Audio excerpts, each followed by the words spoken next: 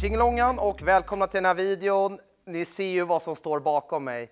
Jag har köpt en av mina absoluta drömbilar. Och ni som har följt oss under ett tag vet att jag under flera års tid har varit och kollat på massa olika Ford Escort Cosworth. Och äntligen har vi fått tag i ett rätt objekt som absolut kommer kräva massa tid, massa timmar för att få liv i den här. Men de växer inte på träd, det är ett bra ursprungsexemplar och många av er där ute har sett just den här bilen sena kvällar runt om i Sverige dundra fram i ganska bra hastighet från noll om man uttrycker sig så.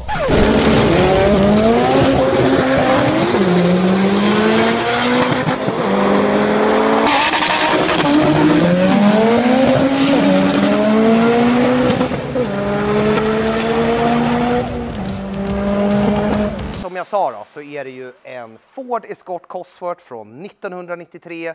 Och ni som inte kanske är lite för unga för de här bilarna och inte riktigt vet vad det är. Kevin, klipp in lite sköna highlights när de här bilarna var bara king ute på gatorna och såklart ute i rallyskogarna.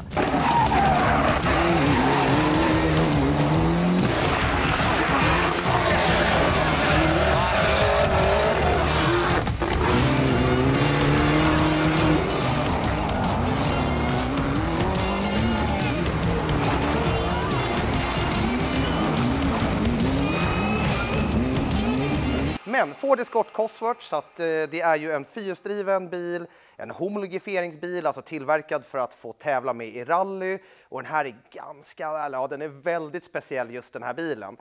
Och som sagt, jag har letat efter en Ford Escort hur jäkla länge som helst. De växer inte på träd, de flesta är superruttna, folk begär helt galna priser för dem. Och den här var inte till salu, men det har tagit massa månader. Han vet att den går till ett bra hem. Ja, men han som sålde den till mig då, vill verkligen att den går vidare till någon som tar hand om den och vårdar den lika ömt som han har gjort i alla år.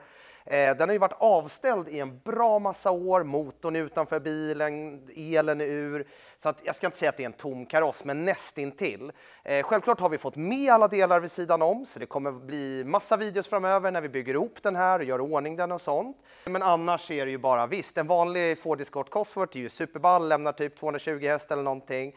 Den här någonstans runt 1000 hästar med världens ballaste drivlina, riktig låda, allting är gjort på bilen. Vissa har lite som är lite skarpsynta så ser ni ju att bilen är i en Volvo laserblå. Bilen är mallardgrön i grunden men är omlackad för många år sedan och det är nog tack vare han galna norrmannen, Hafsängen, vad fasen han hette, som åkte runt med en VRC-eskort på alla gatubilevent i början av 2000-talet och körde som en dåre. Så att just den här Volvo laserblå är lite så här kändisfärg eller vad man säger. Det finns en del som har lackat om sina eskorter i det. Så att jag får se om den kanske byter färg någon gång i framtiden och sånt där. Men den är extremt bra lackad och jättesnyggt gjort och sådär. Och ja, som ni ser så är det ju nästan, det är ju lite så här barnfine feeling på den. Det är ju klart, det kommer nästan bara räcka med att typ spola av den och så. Så att den här videon kommer kanske inte handla så super hardcore mycket om när vi detailar och sånt där. Utan vi ska snygga till den, fräscha till den och sen så kör vi iväg den till en annan location där vi ska börja plocka upp den och så. Men annars så tänkte jag, vi går igenom bilen och lite vad det är för någonting. Alltså själva kaross är lite annorlunda, lite vad som är gjort och lite andra roliga prylar. Och Kevin, du ser ju att det sitter en 1320 videoskylt här. Den här bilen har ju varit med i en av 1320 videorna när de var med i Stockholm Open, tror jag det var för en massa år sedan. Och då är han med och kör, som ägde bilen tidigare i alla fall. Men oavsett så är det ju som sagt en Ford Escort från Cosworth från 1993. Det lite unika med det här är att det är en riktig motorsportkaross. Och motorsportkaross innebär att det inte är någon taklucka, det är ingen reservdelsbalja bak, det är rutor som inte går att öppna bak, det är vanliga vevhissar. Det följde med en så här vattenpåse som är för eftersom de här var tänkta att bara byggas om till rallybilar på en gång så är det en stor så här vattenpåse som är OEM för så att ja, kraschar man ut i Kenya eller någon annanstans som körde typ safarirallyt eller något ska man kunna dricka vatten. En sån här, det är alltså original Ford, någon stor jävla vattenpåse man ska ha hängandes där bak. Jävligt flummig och den här ska vi nog vika ihop och bara gömma någonstans för att Allting i Ford-världen som det står 909 på kostar sate idag liksom. Och nu får ni ta det för vad det är när vi öppnar här. Den har ju bara stått och den är lite isärskruvad och allting sånt. Inuti så är det ju halvbur, det är stolar, det sitter ett Max ECU-styrsystem i den. Motorn kan jag knappt rabbla upp allt som är gjort med. Men i alla fall, bilen är i superskick, ingen rost, inga grejer. Så ett bra grundobjekt. Och tror nog inte att jag har betalat de här pengarna som man ser vissa gå på auktion för 1,5-2 miljoner eller något sånt där. Utan det här är något helt annat. Men det kommer kosta en slant att få ihop allting, bygga ihop det, göra det bra och allt sånt där. Så att den har hamnat som sagt i rätt händer i alla fall. Planen lite framöver är att såklart vi ska få igång den, gå igenom allting, ja, men byta lite, kanske några dämpare behöver bytas och lite nya bromsar och lite andra grejer. Men oavsett så jävla cool och ball bil liksom. Yes, som sagt, här sitter ingen motor eller någonting under utan den har varit isärplockad en gång i tiden. Så att det blir framtida projektet att ta tag i allting, men det är super liksom schysst överallt. Det är inga gamla krockskador och weirda grejer eller någonting annat. Och ja, jag har ju sett den här bilen under många år och ni börjar ju kanske se ett mönster på bilar som jag har köpt nu då. Då är det till exempel min Evo 6 eller våran Evo 6. Den var ju med typ i gatubil, var på framsidan och grejer där och sånt där. Och det här är ju också lite typ kändisbil och sådär. Så att det är jäkligt kul alltså. Och den här har varit visst med moderna mått mätt nu när folk har 3000 häst liksom. Men en gång i tiden så var det här, den var fan kingen på gatan den här bilen alltså. Och det är nog fortfarande en av de stöddigaste eskorterna i Sverige i alla fall. Så att vi får hoppas, jag får se om vi kommer våga åka så där vansinnigt med mos som det var innan. Så att, det ska finnas någon mapp på 3,4 bars laddtryck och då ska det lämna, ja, jävla massa mos i alla fall. Men ja, under det här kommer det ju inte vara, det är ju inte värsta så här mossiga grejerna. Så att det är nog bara mest damm faktiskt. Vi ska börja med att spola av bilen, men också tvättar vi den, bara kör igenom med helting. Får vi se hur den ser ut, ja, efter vi har spolat av allt damm och grejer.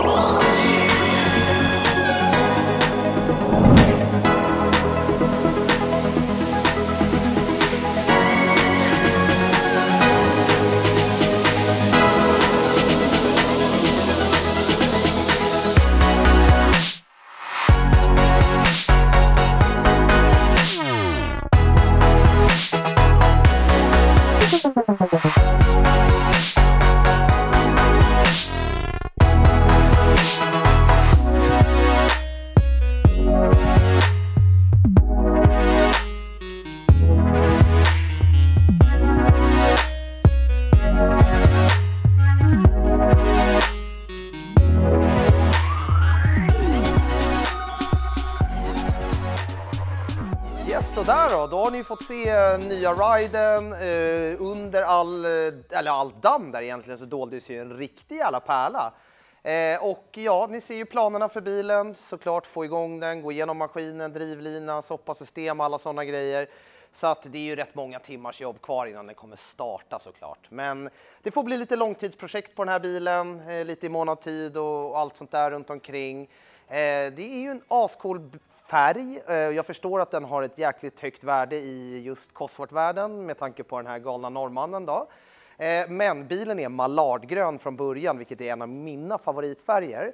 Så att ni får väl vara med och lycka till lite om, ska vi kanske lacka den framöver? Eller så det tar lite emot att göra det, för den är väldigt fint lackerad och det är bra gjort och det är fräscha lister och det är allting sånt där.